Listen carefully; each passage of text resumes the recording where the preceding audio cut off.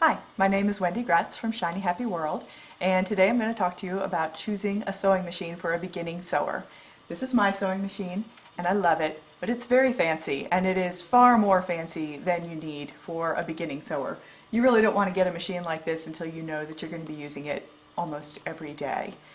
You also don't want to go to the other extreme and get a toy sewing machine. There's a lot of toy sewing machines out on the market for children that say that they are real sewing machines, and they do sew a real two-thread stitch, but they're junk. They're just absolute junk, and you don't want to waste your time on them. So I advise getting an actual real sewing machine, but just a regular one. And what I'm going to talk to you about today are the features that you do really need to have on that machine. And luckily, they are on almost all machines.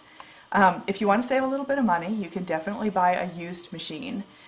Whether you're buying a used machine or a new machine, you're looking for the same kind of things and you want to test out the same things. So you definitely want to try out your machine before you buy it. Again, whether it's new or used.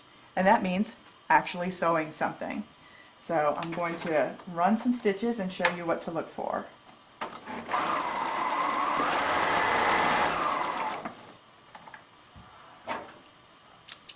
The first thing you want to do is listen to the sound of that machine. It didn't sound grindy or loud or thumping. It didn't have any kind of a ticking sound or anything like that. You want it to just sound like a smooth machine. Then you're also going to want to look at the stitches that you just sewed. So after you've run a line of stitches and listened to the sound of the motor, you want to actually look at those stitches. What you're looking for is even length. If you have one stitch that's twice as long as the others, that means it's skipping a stitch, and that's just a recipe for disaster. That's going to lead to lots and lots of trouble down the road. You're also going to want to look at the back side. The stitches should basically look the same front and back. You don't want loops or anything like that hanging out on the back. So just look and make sure that the stitching is even and seems smooth. So after you've listened to the sound of the machine and taken a look at the basic stitching, you're ready to look a little bit closer at things. Don't be seduced by hundreds and hundreds of available stitches. It's kind of like cable, where there's lots and lots of stuff that you're never going to use. There's really only two stitches that you're going to use, and that's a straight stitch and a zigzag stitch. Everything else is just extra. Luckily for you, the symbols that are used to describe the different stitches are universal, so it'll be the same symbols on all different machines. The one symbol that you are absolutely looking for is this number 1. That's your straight stitch, that's a basic stitch, and every machine is going to have it. The other stitch that you use a lot is a zigzag stitch, so that's one that I really wouldn't get a machine without a zigzag stitch. Again though, almost every machine is going to have that. There's one other stitch that I use fairly frequently, and that is a stretch stitch. You don't have to have it. You can use a zigzag stitch to sew a stretchy seam on stretch fabric, but the stretch stitch is really nice. Another one that a lot of people ask about is the buttonhole stitch.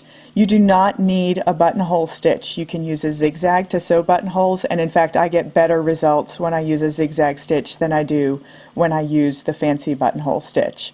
So those are the stitches that you're looking for, a straight stitch and a zigzag stitch. Stretch stitch is nice but not necessary, and everything else is just extra stitches. One other thing you really want to be able to do is sew backwards. That's a way to knot your stitches at the beginning or the end of a seam. So you're going to look for a button something like this. On newer machines it's going to be a button with this symbol. On older machines, it'll be something else, and that's not standard. And on very, very, very old machines, they won't have it. But pretty much any machine is going to have it, but just make sure that you can sew backwards. You'll want to be able to backstitch. The next thing you want to look at is how the machine is threaded.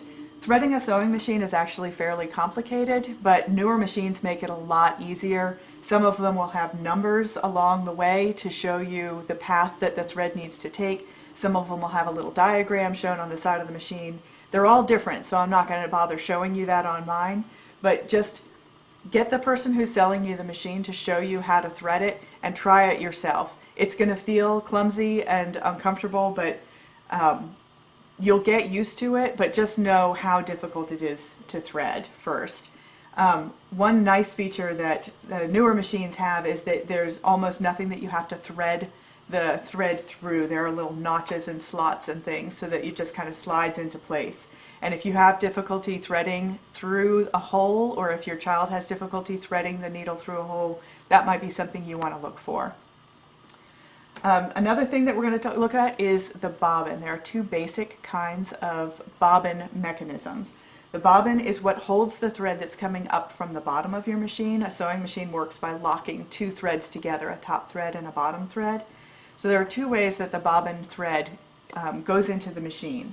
My machine is a front-loading bobbin, and my daughter's machine is a drop-in bobbin, and I'm going to show you both of those so that you'll know what you're looking at. I think that a front-loading bobbin sews a little bit smoother, but a drop-in bobbin is easier to load, so you're just going to need to decide which of those is most important to you. So I'm going to show you right now how to load a front-loading bobbin. You swing the door open, pop this door open, and then this is the bobbin case. See, there's a little lever here. You pull out on the lever. I'm going to unthread it right now. So this is the bobbin case, and this is actually the bobbin. You're going to put the bobbin into the case, thread the thread up through that slot, and then underneath here, so it's coming out that notch, and then I always just kind of pull on it and make sure that it's pulling smoothly. And then you put this back in, thread it onto the little shaft there, then you pull out on the little lever, push the whole mechanism in till it clicks, and you've got your bobbin in. So this is my daughter's machine, and it has a drop-in bobbin, much easier to load. So you pull open the little door, get your bobbin, and you just drop it in to the hole there. There's a tiny little slot, and you want to make the thread go through that slot, and then you can see when you pull on it, it spins the bobbin, and you're done. The last thing you want to look for is a machine that's controlled with a foot pedal. Every once in a while you'll find a machine that's controlled with a knee pedal or something else, but a foot pedal is much easier for children and really any beginners to sew. I would never sew with anything else. So that's what you're looking for when you buy a sewing machine. One more thing though about where to buy them. I don't recommend buying from a big box store. If you can, go to a sewing machine store. They're often a sewing machine and vacuum store.